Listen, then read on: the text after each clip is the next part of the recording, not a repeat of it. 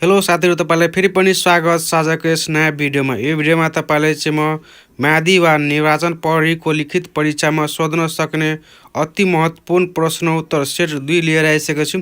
यदि तपाईलाई चाहिँ म्यादी प्रहरीको चाहिँ फर्म भर्नुभएको छ भने यो भिडियोलाई अन्तिमसम्म हेर्नुहोला, किनभने यो भिडियोमा चाहिँ अति नै महत्त्वपूर्ण सम्भावित प्रश्न उत्तर रहेको छ। राम्रो लाग्छ भने लाइक, कमेन्ट र यो च्यानललाई सब्स्क्राइब गर्नुहोला, किनभने यस्तै नयाँ भिडियोहरू अपलोड गरिसकेपछि सबैभन्दा पहिला तपाईँले चाहिँ हेर्न सक्नुहुन्छ। त्यसैले साथीहरु च्यानललाई सब्स्क्राइब गर्नु नभुल्नुहोला। साथीहरु, आजको भिडियो चाहिँ ढिला नगरिकन स्टार्ट गरौँ।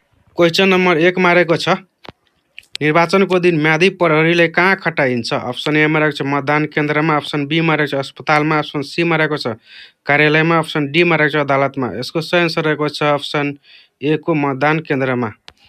त्यस्तै गरी क्वेशन नम्बर 2 मा रहेको छ, नेपालको प्रथम महिला प्रधानमन्त्री को हुन्?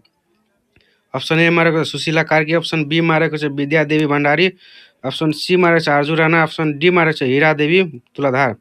यसको सही आन्सर रहेको छ अप्सन ए को सुशीला कार्की। त्यस्तै गरी क्वेशन नम्बर 3 मा रहेको छ, निर्वाचन प्रहरी बन्न उमेर कति हुनुपर्छ? अप्सन ए मा रहेको छ 17 देखि 54 वर्ष, अप्सन बी मा रहेको छ 18 देखि 54 वर्ष, अप्सन सी मा रहेको छ 18 देखि 55 वर्ष, अप्सन डी मा रहेको छ 21 देखि 40 वर्ष। यसको सही आन्सर रहेको छ अप्सन बी को 18 देखि 54 वर्ष। त्यस्तै गरी क्वेशन नम्बर 4 मा रहेको छ, हाल प्रतिनिधि सभा निर्वाचन कहिले हुँदैछ? अप्सन ए मा रहेको छ चैत्र 21 गते, अप्सन बी मा रहेको छ फागुन 21 गते, अप्सन सी मा रहेको छ फागुन 1 गते, अप्सन डी मा रहेको छ फागुन 10 गते। यसको सही आन्सर रहेको छ अप्सन बी को फागुन 21 गते। त्यस्तै गरी क्वेशन नम्बर 5 मा रहेको छ, हाल नेपाल प्रहरीमा प्रहरी महानिरीक्षक को हुनुहुन्छ? अप्सन ए मा रहेको छ बसन्त कुँवर, अप्सन बी मा राजु अर्याल, अप्सन सी मा रहेको छ दान बहादुर कार्की, अप्सन डी मा रहेको छ दीपक थापा। जो सही आन्सर रहेको छ अप्सन सी को दान बहादुर कार्की।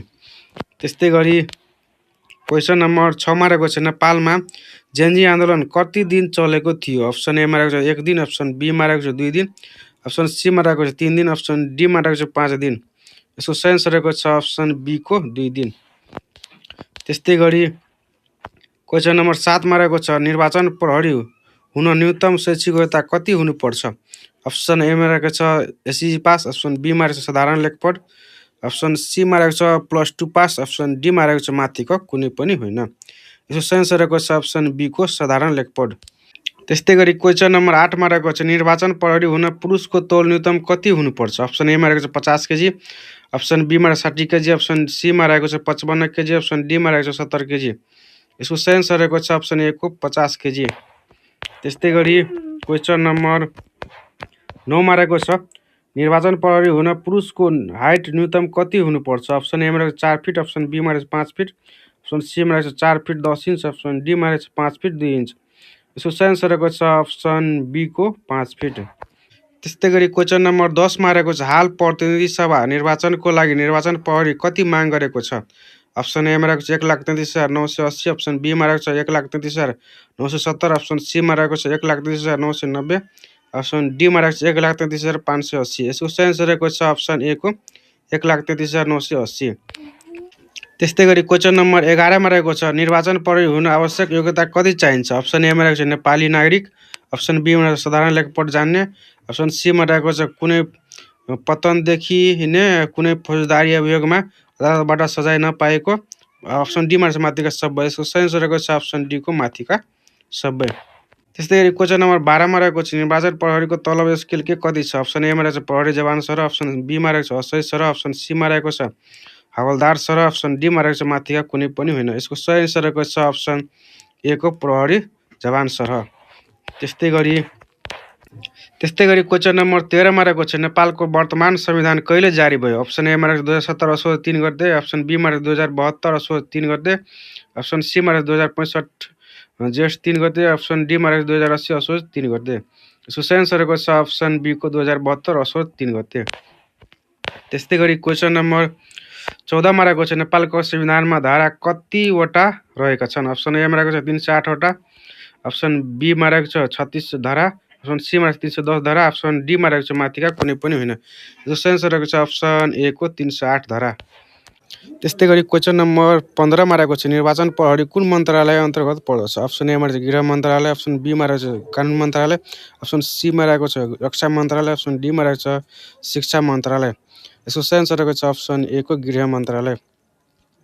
त्यस्तै गरी क्वेसन नम्बर 16 मा रहेको छ नेपालको सबैभन्दा ठुलो ताल कुन हो? अप्सन ए मा रहेको छ बुलबुले ताल, अप्सन बी मा रहेको छ अरारा ताल, अप्सन सी मा रहेको छ तिलिचो ताल, अप्सन डी मा रहेको छ सेफोक्सुन्डो ताल। यसको सही आन्सर रहेको छ अप्सन बी को अरारा ताल। त्यस्तै गरी क्वेसन नम्बर 17 मा रहेको छ नेपालको राष्ट्रिय फुल कुन हो? अप्सन ए मा रहेको छ चमेली, अप्सन बी मा रहेको छ लालीगुराँस, अप्सन सी मा रहेको छ कमल, अप्सन डी मा रहेको छ सूर्यमुखी। यसको सही आन्सर रहेको छ अप्सन बी को लालीगुराँस।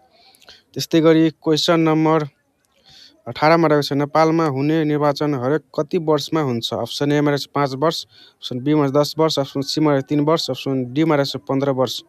यसको सही आन्सर रहेको छ अप्सन ए को 5 वर्ष। त्यस्तै गरी क्वेसन नम्बर 19 मा रहेको छ नेपालको प्रथम महिला राष्ट्रपति को हुन्? अप्सन ए मा सुशीला कार्की, अप्सन बी मा विद्यादेवी भण्डारी, अप्सन सी मा रहेको छ आरजू राणा, अप्सन डी मा रहेको छ हिरादेवी तुलाधार। यसको सही आन्सर रहेको छ अप्सन बी को विद्यादेवी भण्डारी। त्यस्तै गरी क्वेसन नम्बर 20 मा रहेको छ नेपालमा विक्रम सम्वत 2078 साल अनुसार कुल जनसङ्ख्या कति रहेको छ? अप्सन ए मा रहेको छ 2,91,64,578, अप्सन बी मा रहेको छ 2,90,91,578, अप्सन सी मा रहेको छ 2,91,64,978, अप्सन डी मा रहेको छ 1,89,64,578। यसको सही आन्सर रहेको छ अप्सन ए को 2,91,64,578। साथीहरू आजको भिडियो चाहिँ यतिकै थियो। साथीहरू यो भिडियो कस्तो लाग्यो, राम्रो लागेको छ भने लाइक, कमेन्ट र च्यानललाई सब्सक्राइब गर्न नभुल्नुहोला, किनभने यस्तै नयाँ भिडियोहरू ल्याइरहेको छु। त्यसैले साथीहरू च्यानललाई सब्सक्राइब गर्न नभुल्नुहोला। साथीहरू आजको भिडियो चाहिँ यही गर्दै अर्को भिडियो लिएर आउने छु। बाई।